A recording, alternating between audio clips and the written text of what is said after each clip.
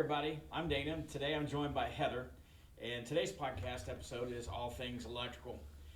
Together, Heather and I have about 45 years of electrical experience, and we're going to walk through some important electrical topics that can help you better understand and plan for the needs of your facility. First of all, we're going to talk about the power grid. This is a big subject of mine, and I think, Heather, it's probably affected you more than it has since you've been doing this kind of work. Absolutely. Um, what's going on with the grid these days? Everybody knows and everybody's heard that how old the grid is. And about, 15, 20 years ago, when we were doing lighting retrofits, the utilities were charged with reducing their load on their systems. And we went through and we did a whole lot of lighting upgrades. Every electrician all over Ohio did. And what we did was we bought ourselves some time. We did a really good job at reducing our usage and making sure that we were more efficient.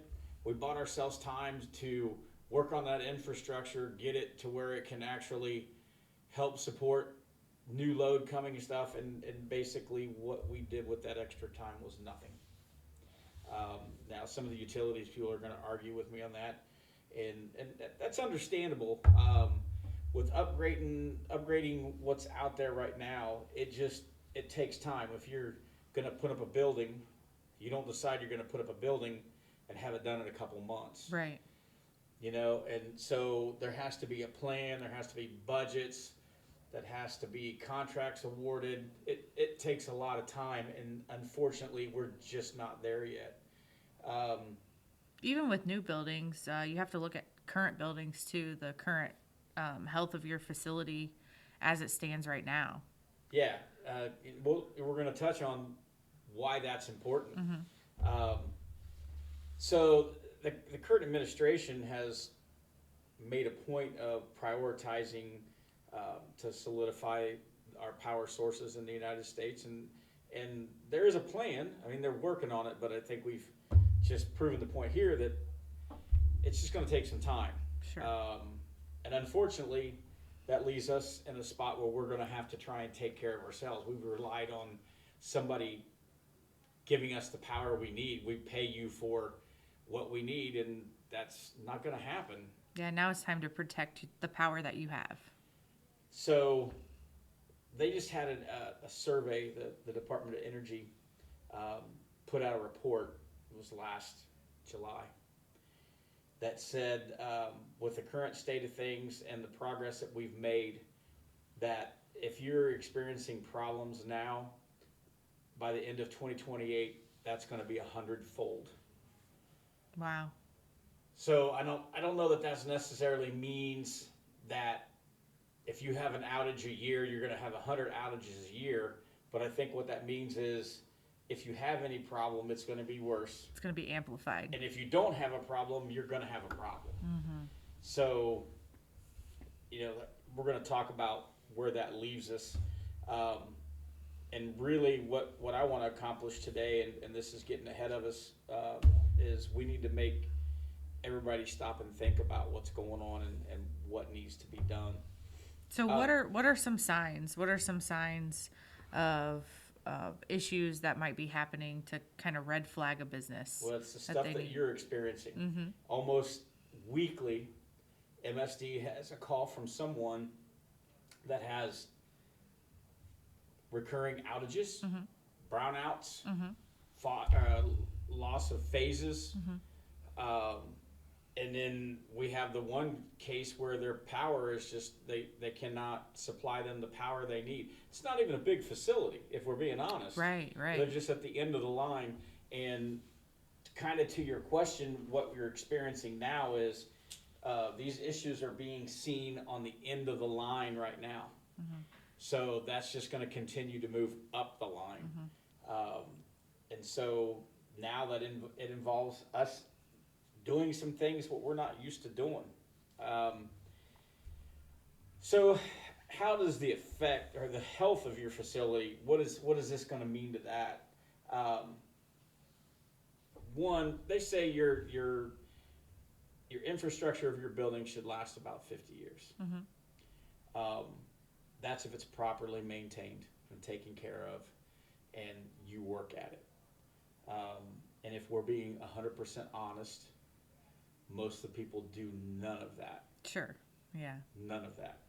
So, switches need to be exercised, breakers need to be exercised, stuff like that doesn't happen. So, the health of that is the health of your facility is really dependent on if you decide to take care of it. If you take care of it, how efficient is it going to be? And efficiency is going to be key, because you're going to see as we go through this, ultimately, I think people are going to be responsible for taking care of their own power generation in some way, In at some some way, capacity. Yeah. to secure what they need done. So we're going to we'll go through that. How often should you check your system if you want to make sure it's healthy? Let's talk about the health of your facility. Industry standard says that it should be gone through at least every 3 years with an IR scan. For everybody that doesn't know what an IR scan is, we come in with an infrared camera. We walk through your facility. We check every single connection in your facility for hotspots. Any place where a connection is bad or things are going bad heats up, and that camera will show you where this stuff is heating up. And the nice thing about that is it will show heat before it becomes a problem. So if you can go through beforehand and find that, the better off you'll be. So industry standard says you should do that a minimum of every 3 years. Insurance standard says it needs to be done every year. I kind of agree with the insurance industry. I think to do it once a year, you're going to find a problem before it becomes a problem. I think 3 years is too much time to allow something to heat up and cause issues.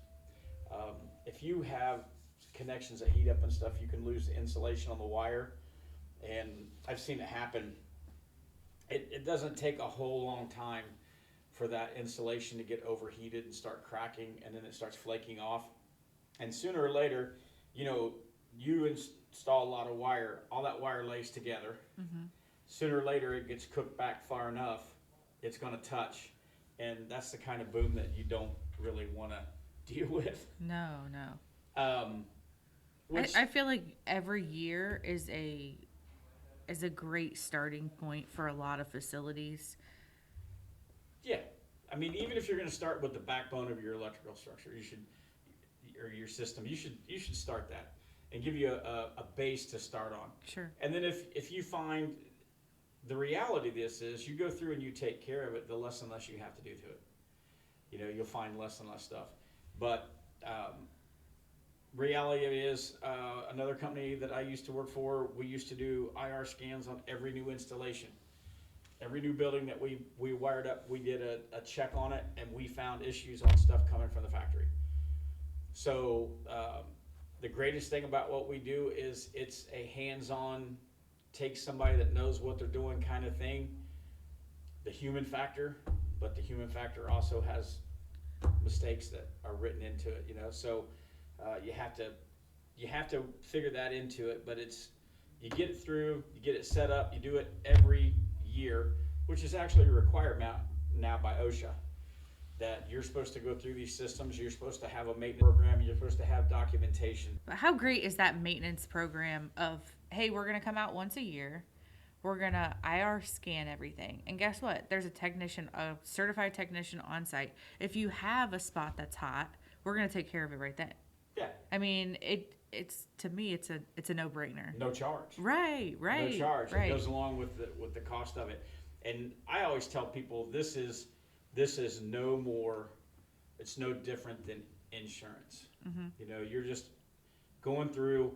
The first time through, there may be some things that you find and you get them fixed. The second time you might, but the more you do it, honestly, if I'm being honest, it's going to be less and less problems, but you're still looking for the problem that could cause you an outage, that Right. would cause you downtime, which causes you money, and that's what you pay the insurance for. We have fire extinguishers hanging on the wall. How often have we used that fire extinguisher? That's a We good point. haven't used it, Right. but why is it there? Hmm. In case we need it. So, I mean, that's what it's for, And so if you decide to ignore that, and you decide I'm not going to do it, it's not worth that much money, and I really don't think, in relative terms, the money that costs to do these programs is a large. It's not what's the word I'm looking for? It's not like it's so expensive. It's just you skip it and forget it. It's a small amount of money that people have been through the years resistant at spending that small amount of money to make sure that you don't have any issues. But you ignore it, you're eventually going to pay the price. It's going to be very expensive. Yeah. And so, with the problem, we talked about the grid, and we talked about the health of your facility. All this stuff starts snowballing, and I'm not saying any of the customers that we're having issues now has not checked their stuff, and that's really not their problem. It's just really showing any inefficiencies in the systems right now because the power supplier is just, I don't want to say dropping the ball, but not keeping up. Right. I mean, we're here to take care of our clients and people, right? So if we can go through and complete an IR scan and say, hey, we need to take care of this now instead of after it happens, there's a safety factor to that too, that is just looking out for other people ultimately. It's easier to be proactive than reactive. Right. Absolutely. Do you have an issue? If you do, by golly, we'll come out, we'll respond, we'll get it taken care of because things happen. There's nothing you can do about it. But if we can get these things fixed before they cause a major issue, it saves you time and money. And be quite honest, we want to get that done on a scheduled basis other than being reactive so that we can help other people be proactive at what they're doing, and then we have less emergencies. 100%. I mean, we do emergencies every single day, but what we'd like is not to have any emergencies. Right. To protect That's the good plant, for us, yeah. good for the customer, it's good for everybody. Right. So besides the IR, there's several different ways that you can inspect or that you can help assure the quality and the life of your electrical equipment. One is just to visually check it. Have somebody that knows what they're looking for, open the stuff up, go through and see if they can see anything. We talked about the insulation coming off. You can see loose connections at times. You can tell, if anybody's listening that knows about electrical, you can tell whether a lug looks tight or not, just by looking.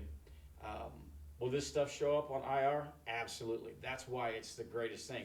All the visual things, all that stuff shows up on an IR scan. So that's like a catch-all. That's the number one thing to do. But we have customers that still like the physical side of it.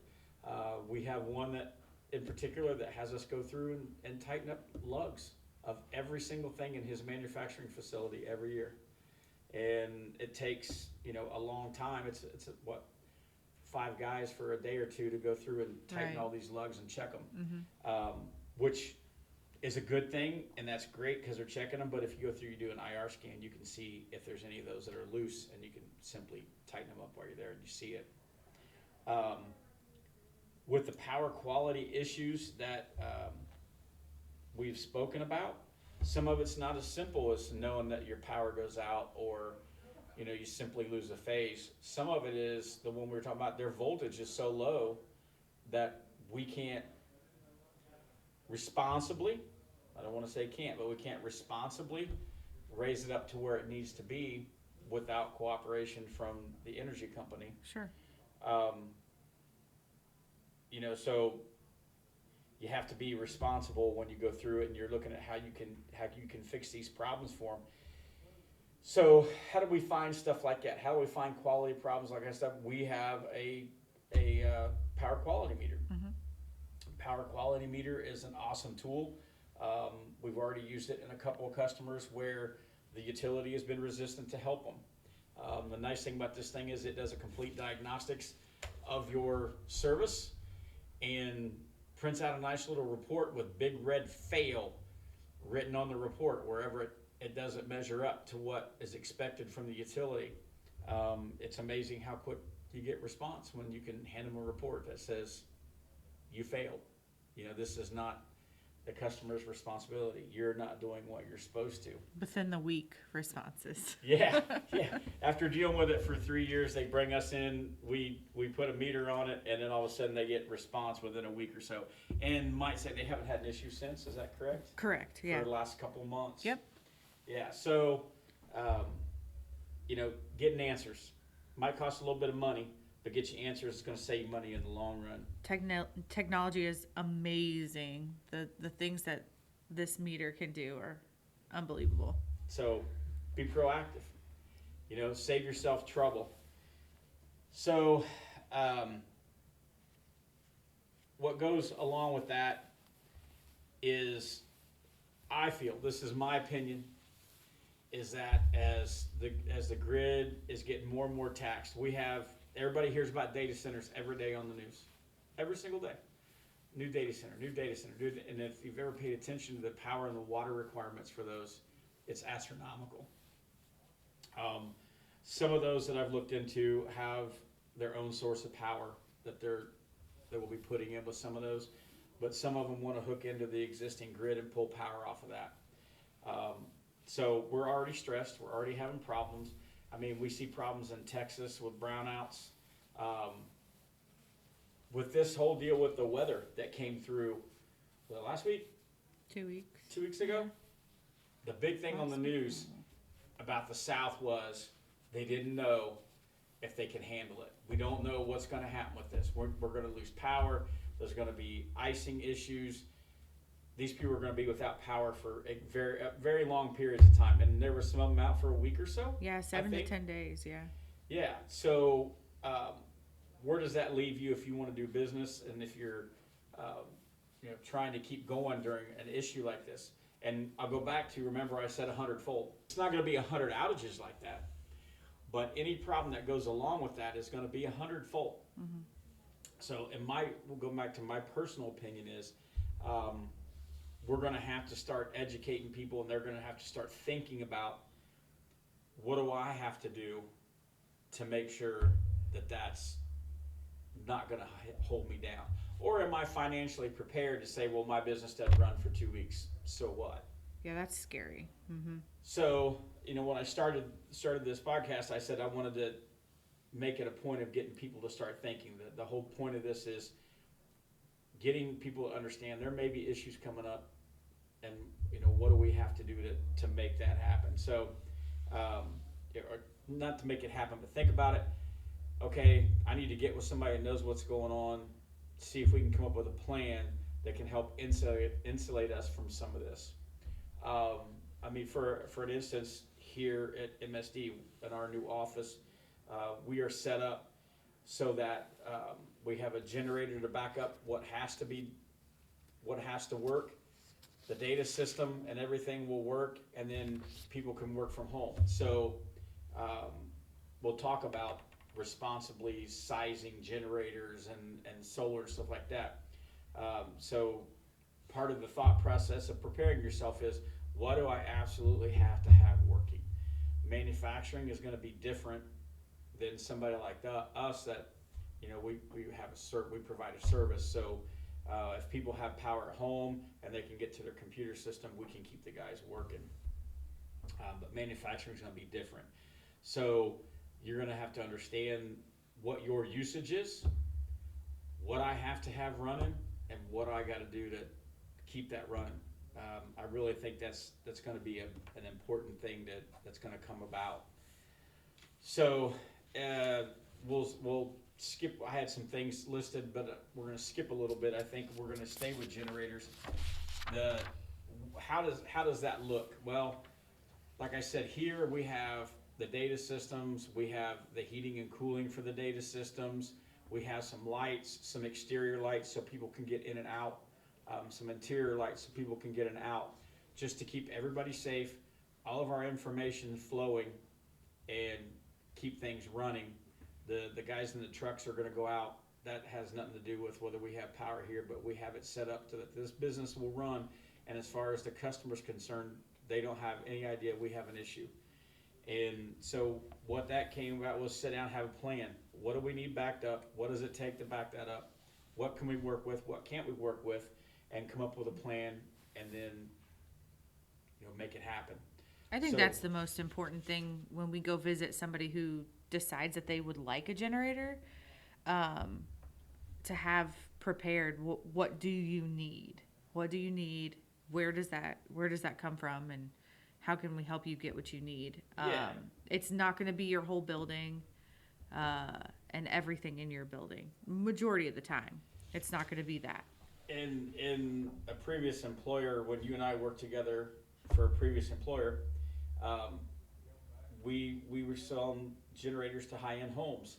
And the first response out of them was, I just want to back the whole thing up. Everything, yeah. Until you price it. Right. And it's like, well, maybe I don't need everything. Sure. So it's the responsibility of it, and to avoid, the generator mistakes, is to sit down and actually go through what you really, really need, and then see how that fits your budget. If it's great, if you say, I really need all this stuff, we sit down and it's under the budget that you had thought and you want to add more, great, we'll add more. But that's an easier thing to do than to say, okay, I want to do all this stuff.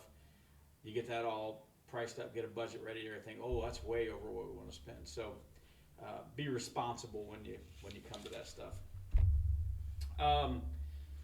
So with the generators, that's a good idea to think about what's going to do.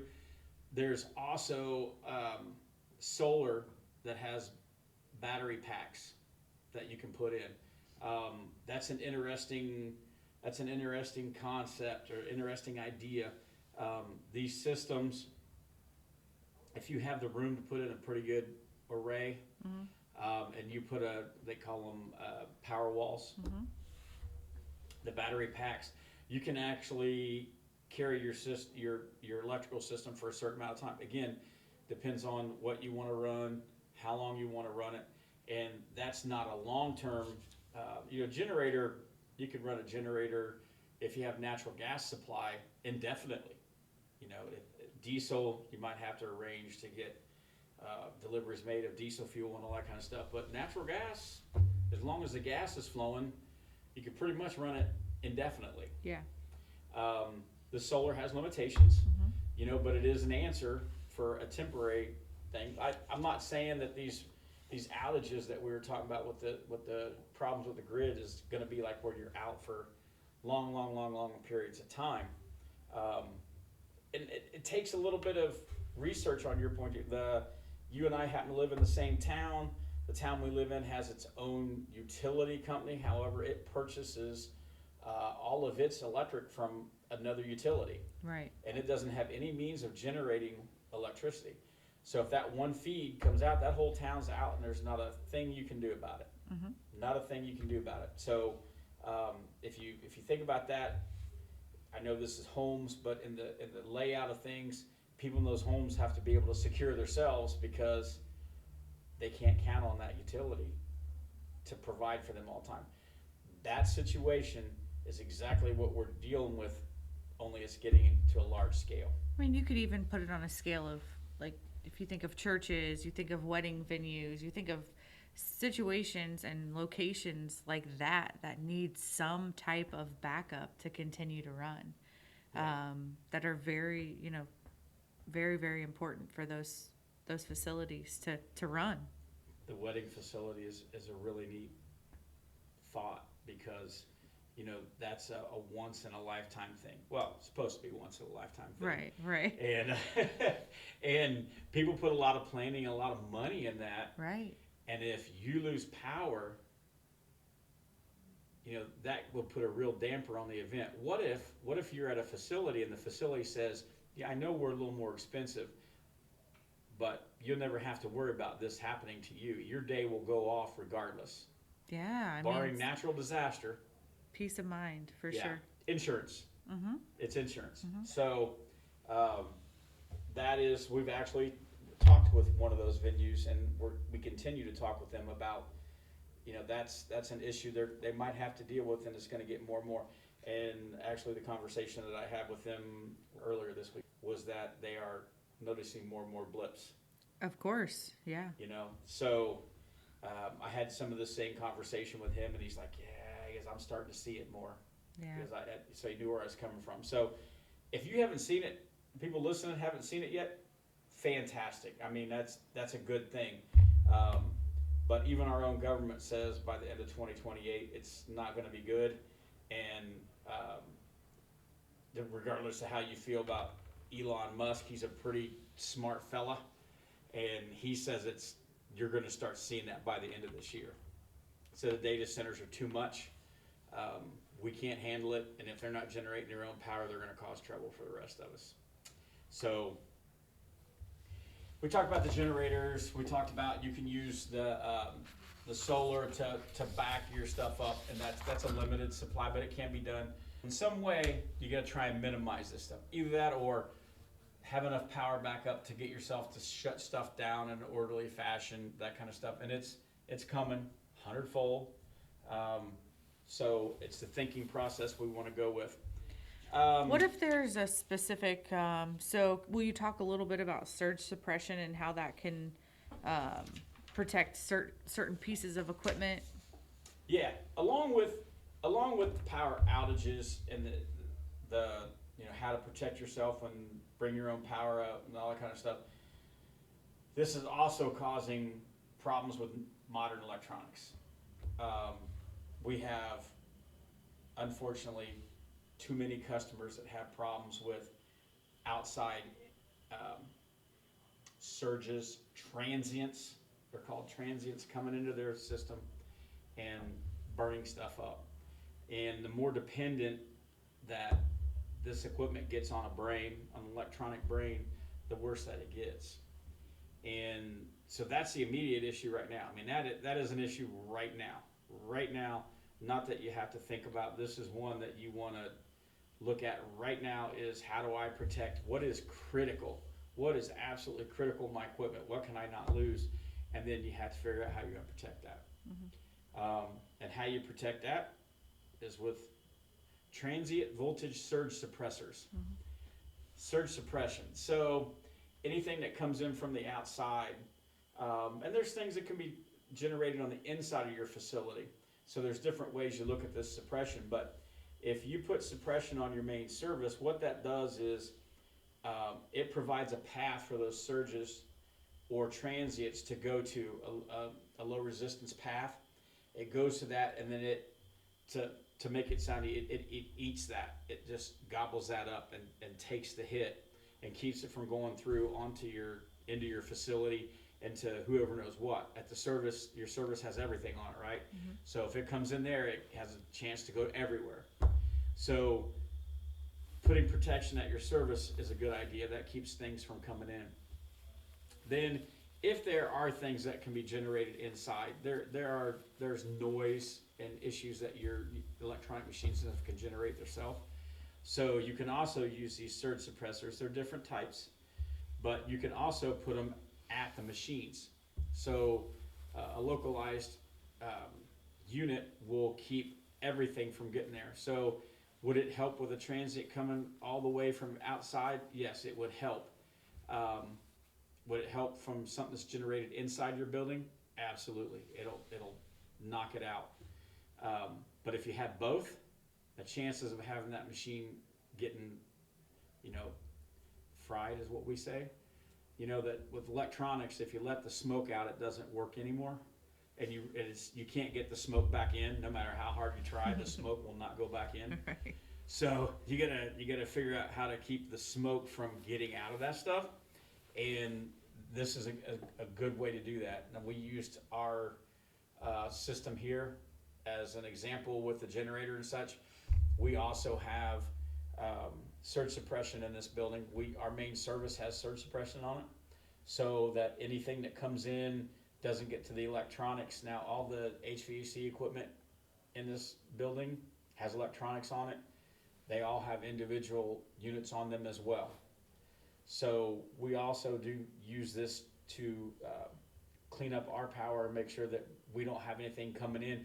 If you start having these grid issues and the power's going on and off from this and that, that's where you get all these surges and these transients and all that kind of stuff coming into your building. Even to the point where if the grid gets stressed, they have the ability to switch from one substation to another.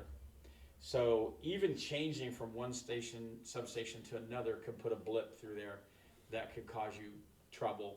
And this kind of stuff takes that, wipes it off, and you don't have to worry about it. So yeah, it's getting like a lot of stuff getting added in here. You know, it's collectively getting worse. I don't want to spell out gloom and doom. I'm just wanting everybody to think about, what am I going to do? Be proactive. What can I do? Be, again, proactive. Mm-hmm. What can I do? What do I need to do to secure myself, my business, even your families? I mean, we're talking about businesses here, but I mean, it comes down to, you need to think about this stuff at home too. It can cause a lot of trouble for everybody. Well, even here at MSD, we've taken the steps. We have all of these in place at this point right now. We have a generator. We have surge suppression at our office. We have solar. We're taking steps as a company to protect everybody in that company, in the company itself, which I think is great. We should probably give tours of our electrical setup here. Well, and what we have to protect everyone. We have the people that fix your HVAC. We have the people that fix your plumbing. We have the people that fix your electrical. We have the people that fix the controls and your fire alarm and your security and all that sort of stuff. But what do we choose to do? We choose to protect that. Instead of having to fix it, we choose to protect it. So it shows you the value that we feel is in this and the way we do things. So, I mean, if we see the value in it and we're actually the people that fix this stuff and we come out and fix it for you, you have to see the sincerity in that we're trying to help you, not have to have us come out and do this extra stuff for you when you're having an emergency. Yeah, we've set the example, right? On our own. Yeah, absolutely. Yeah. To make sure that your electrical system is efficient as it can be, you need to make sure you have things like upgraded lighting. You need to make sure your HVAC equipment is efficient as it can be.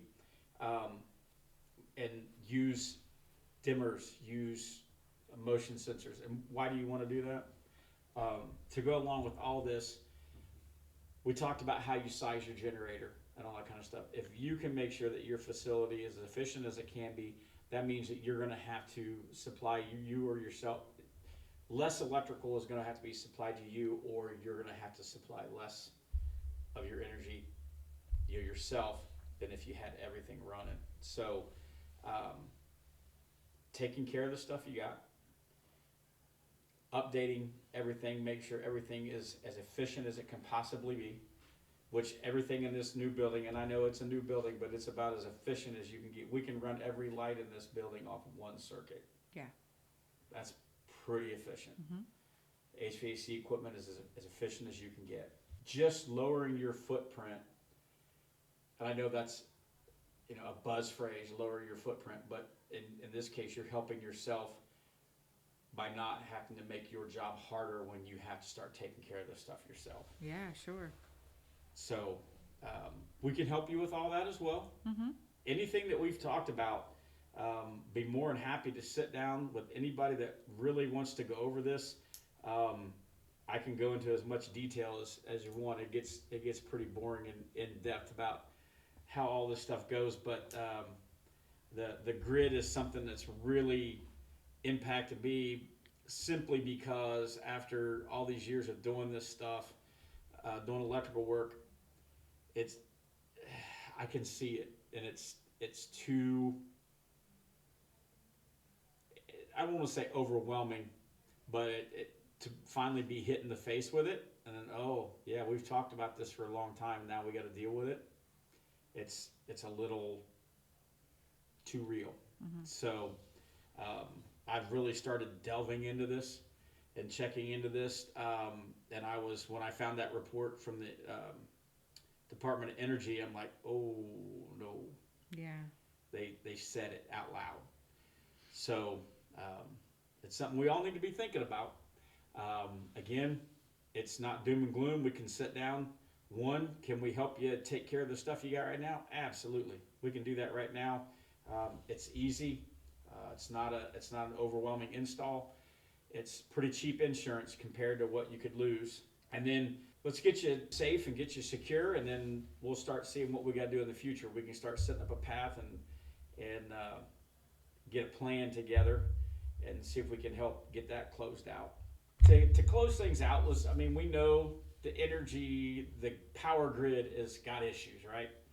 We know that's coming. The government admits that's coming. They're trying to fix it, but we know it's going to take a while. We went through all that.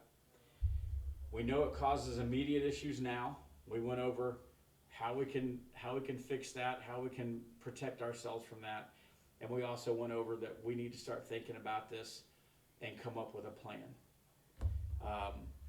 And if we can do that, if we can get thinking about that, I think we can help get everybody through this with relatively little pain if we all start thinking about it. So if I'm going to leave you with one thing, if I'm looking at you and you're a customer, Heather, what I'm going to tell you is I just want to educate you. And we have given you some things to think about. Think about it, put some serious thought into it, and then let us expand upon it if it hits a nerve. So we're all going to have to deal with it. You can do it now, or you can hurry up and do it later. So I say we do it now and plan. You have anything else you want to add? Not really. Thanks for talking today. It was a good talk and very informative. A lot of information. A lot of and like I said, I can give you a lot more if you want it, but I can boil it down, and we can do that. Makes it a lot easier. But yeah, if we can help anybody out, please give us a call. That's what I'm here for. That's what I do. And I want to thank everybody for listening, and hopefully get to talk to some of you moving forward.